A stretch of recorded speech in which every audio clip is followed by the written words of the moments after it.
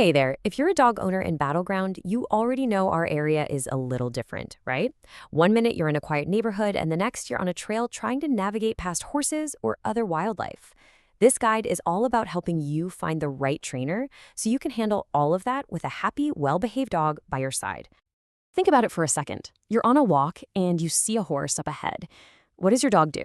Does it stay cool, or does all chaos break loose? Or what about when you want to pop into one of the local stores? Is your dog a polite companion, or is it just a lot of stress? These are the real-life moments where having the right training makes everything easier. All right, first step, training for battleground life. Let's talk about why having a trainer with local knowledge really does make a difference for you and your dog. This quote nails it, doesn't it? A good local trainer gets that it's not just about basic commands. They'll prepare your dog for the things you actually encounter here. You know, like chickens wandering around a backyard or deer suddenly appearing on a trail. Okay, so now that we know why a local trainer is a good idea, let's look at what your actual options are. Understanding the different methods and program types is going to help you pick the one that's a perfect fit. You're going to hear this term a lot, positive reinforcement. And for good reason. It's really become the standard for modern humane dog training. It's all about rewarding the behavior you want to see, which, not only teaches your dog, but also builds a much stronger, more trusting relationship between you two. So how does this all work in practice? Well, your two most common choices are group classes and private lessons. Group classes, they're fantastic for socialization and helping your dog learn to focus when there are other dogs and people around. Private lessons, on the other hand, are totally customized for you, which is perfect if you're dealing with specific things at home like barking at the door or jumping on the counters. And then you have some more specialized options. A board and train is kind of like a training boot camp for your dog. It's pretty intensive. Day training is a great option if you're super busy, since the trainer works with your dog while you're at work. And then there's behavior modification, which is really for tackling more complex issues like serious fear or reactivity. All right, let's get down to the practical stuff. In this section, we're going to cover everything you need to know about actually choosing your trainer, from checking out their qualifications to getting a handle on the costs. Okay, let's talk numbers. Here is a general idea of what you can expect to pay for dog training here in the Battleground area. As you can see, the price really depends on the type of service. Just remember, these are average ranges. A trainer's experience or your dog's specific needs could definitely affect the final price. When you're looking up trainers, you're probably going to see a whole alphabet soup of acronyms like these. Now, here's the thing.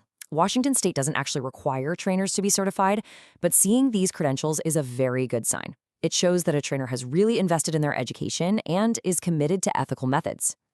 So, when you finally get on the phone with a trainer, just think of it like an interview. After all, you're hiring a professional to work with your dog and your family.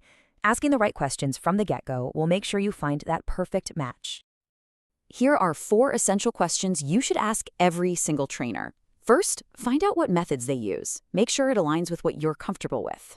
Second, ask how they're going to customize the plan for your dog and your life. Third, how are you both going to track progress? And finally, get a clear total cost up front so there are no surprises. Okay, so you've got a plan to find a trainer. Now let's talk about taking those skills out into the real world, right here in Battleground. We'll go over some local laws you need to know and some really great spots to go practice. Here's a number you just need to remember: 6 feet. That's the standard leash length you've got to stick to in all public spaces around town and all through Clark County, unless you're in a specific off-leash area. It's a simple rule, but it's a big part of being a responsible owner here. So besides the leash law, there are just a few other things to keep on your radar. A current rabies vaccination is required by the state. You'll also need a dog license from Clark County once your pup is over 6 months old. And something to think about: nuisance barking can actually be a code violation, so that's definitely a good thing to work on with your trainer. So where can you go to put all this training into practice? Well, Battleground Lake State Park is awesome for working on trails with lots of different distractions. Kiwanis Park is great for practicing leash skills when there's the hustle and bustle of playgrounds nearby. And Louisville Regional Park is just perfect for working on your dog's focus in a more natural setting with lots of wildlife. Finding the right trainer truly is the first step toward a happier dog and, let's be honest, a less stressed you. This whole process is about so much more than just obedience. It's about building an amazing bond of trust and understanding. So good luck on your training journey. Here's to more peaceful walks, happier adventures, and a stronger connection with your best friend here in Battleground.